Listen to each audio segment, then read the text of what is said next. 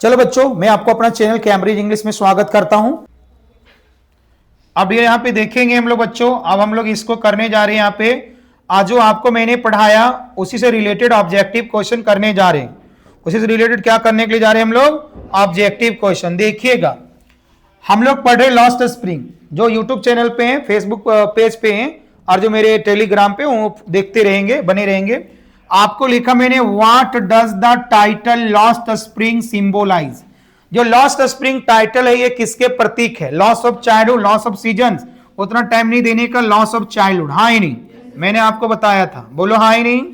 दूसरा क्वेश्चन जो मेरे बच्चों आपके पास है, who is the author of lost spring, तो कौन है मेरे बच्चों? अनीस जंग है। कौन है मेरे बेटे? Saheb Alam originally belong to dear guys, कहां पे होगा? बांग्लादेश। और वाई डिड साहेब, क्या बोले मेरे बच्चों? वाई डिड साहेब, फिर से बोलेंगे, क्या बोला मैंने?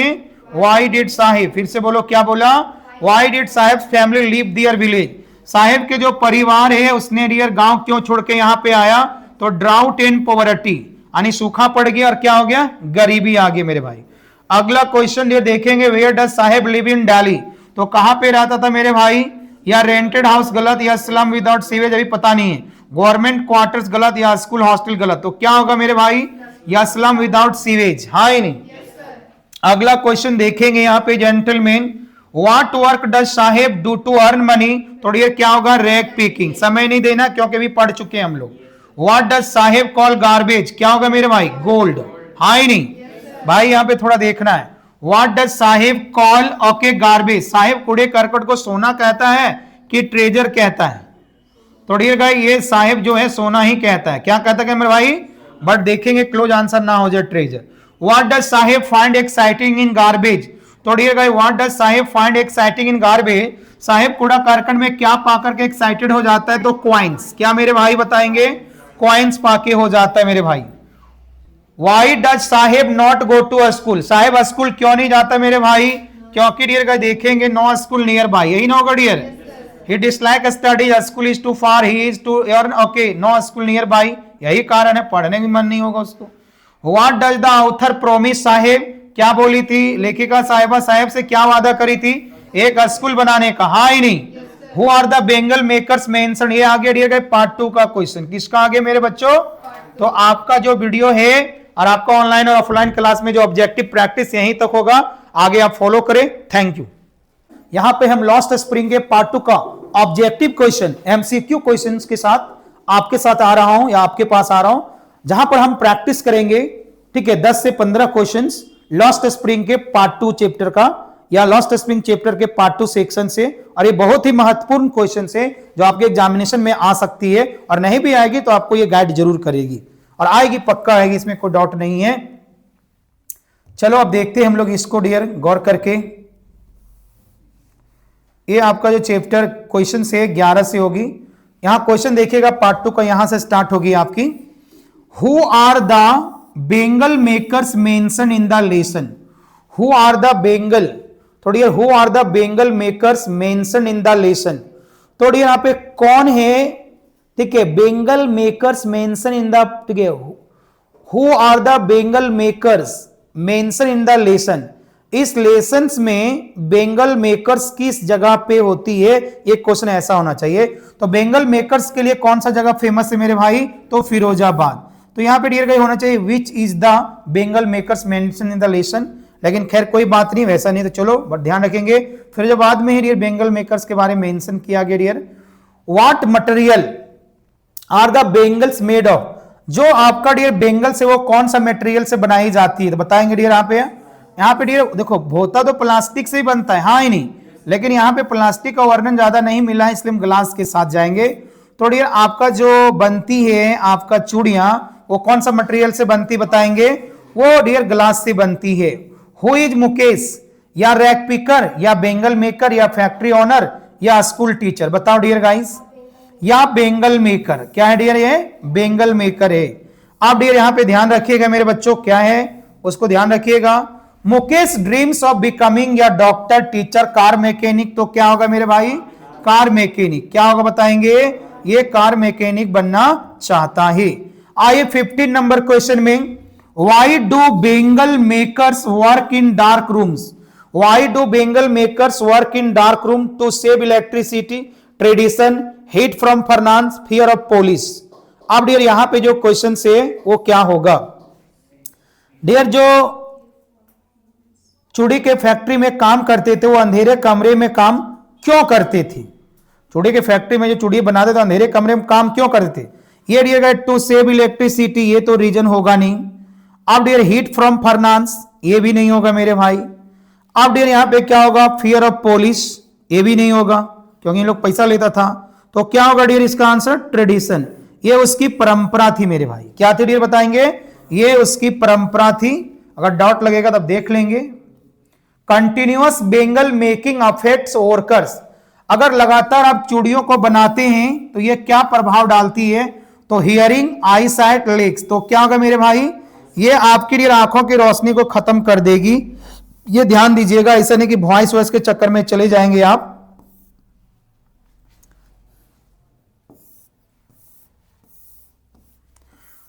तो चलो डियर देखते हैं यहां पे क्वेश्चन नंबर 17 जो आपके पास है।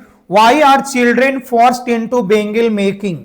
Why are children forced into bangle making, यानी बच्चों को चूड़ी बनाने के लिए दबाव क्यों दिया जाता है? तो family tradition, poverty, lake of school, all of the above. तो फैमिली ट्रेडिशन सही है, पॉवर्टी भी सही है, लेक ऑफ स्कूल्स ये भी सही हो सकती है। तो यहां पे क्या आंसर होगा डियर? All the above. हाँ ही नहीं। अब अगला क्वेश्चन में आ जाइए मेरे बच्चों, देखिएगा यहां पे अगला क्वेश्चन क्या है। What prevents bangle makers from organising themselves? यहां पे ध्यान दीजिएगा, what prevents bangle makers from organising themselves? जो ये बेंगल मेकर्स है, ये बेंगल मेकर्स जेंटलमैन, ध्यान रखिएगा, अपने आप को या स्वयं को कौन सी जेंटलमैन प्रिवेंट से अपने आप को डियर गाइस बचाने की प्रयास करते हैं?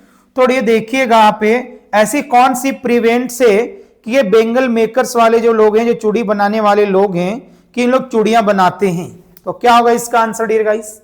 What prevents bangle makers from organising themselves? Police, middleman, government या इलिटरेसी? तो क्या होगा डियर गाइस? इलिटरेसी।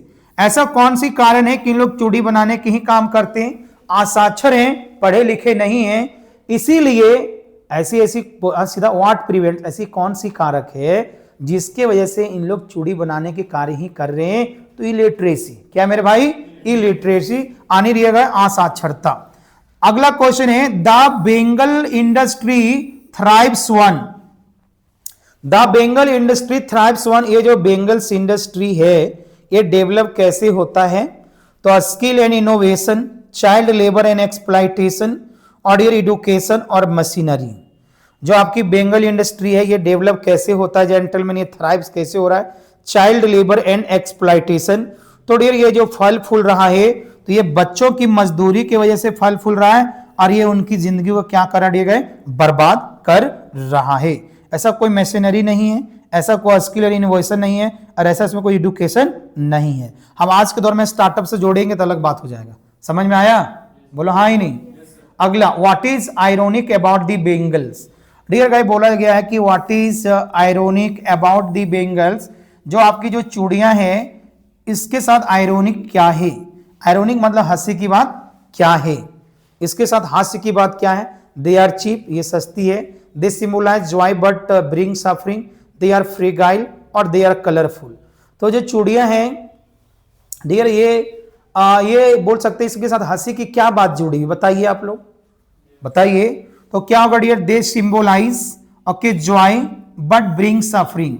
ये जो चूड़ियां हैं इसके साथ हंसी की बात है, ये जिंदगी में खूबसूरती इंजॉय तो लाती है लेकिन ये साथ में परेशानियां भी लाती है। हाँ ही नहीं? ऐसे मान के शादी कर लिया, लड़की चूड़ी पहनेगी, बात सही है, लेकिन लड़की के साथ रिस्पॉन्सिबिलिटी तो आएगी कि नहीं आएगी? बोलिए, सफर करेगी ना डियर? आप डियर देखिएगा, साहेब फाइनली वर्क सेटिया। अब बोलो साहेब कहां पे फाइनली? अब ये पार्ट 1 में भी आ गई। साहेब फाइनली वर्क सेटिया, बोलो डियर गाइस कहां पे काम करता है? टी स्टॉल में। कहां पे काम करता है डियर गाइस? साहेब फाइनली काम करता है डियर टी स्टॉल में। कहां पे काम करता है? टी स्टॉल में काम करता है। What change does Saheb experience after getting a job? Saheb जो है पहले सुन लो। What change does Saheb experience after getting a job? Saheb job प्राप्त करने के बाद, ठीक है, साहेब जॉब प्राप्त करने के बाद कौन से अनुभव के बारे में वो परिवर्तन प्राप्त करता है, या समझिएगा, what changes does Saheb experience, जो परिवर्तन साहेब महसूस करता है जॉब करने के बाद वो क्या है? तो happiness, freedom, security, loss of independence. बोलो डियर, क्या हो गया? Loss of independence. हाँ ही नहीं?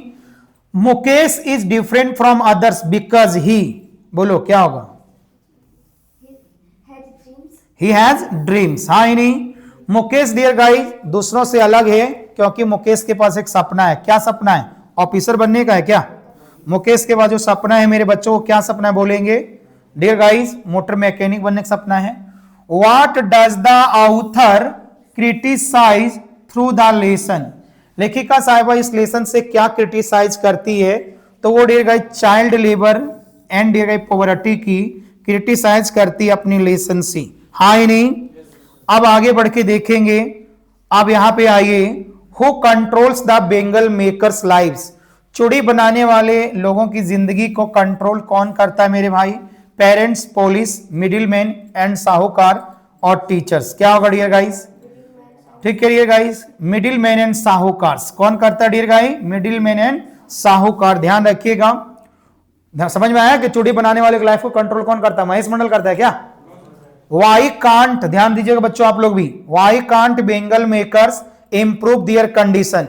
Why can't Bengal makers improve there condition? ये जो बेंगल मेकर्स है वो अपनी कंडीशन को इंप्रूव क्यों नहीं कर सकता है?